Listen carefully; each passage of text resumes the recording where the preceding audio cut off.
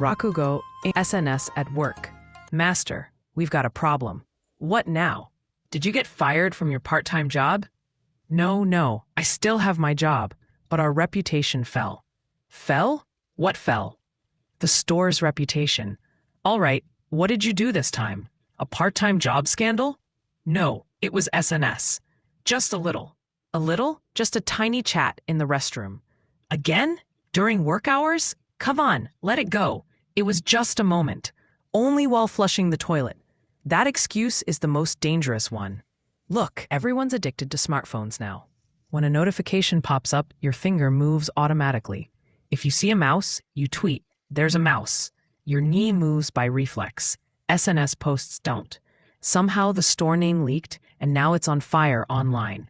But SNS is like a private phone call, right? That was true in the old days. Now SNS is a phone that talks to the whole world. Wait, I made my global debut? From the toilet. Yeah, face reveal from the restroom is bad. That's embarrassing. If embarrassment were the worst part, you'd be lucky. One photo can end a career.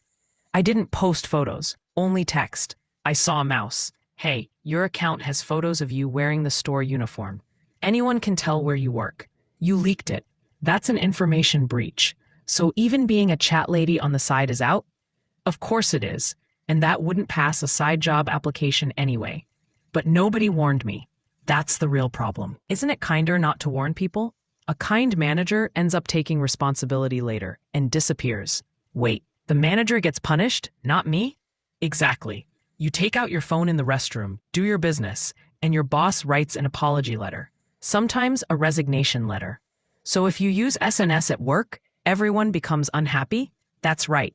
It's called a violation of duty of devotion. Duty of devotion? Is that really necessary? Of course it is. So what should I do now? Simple.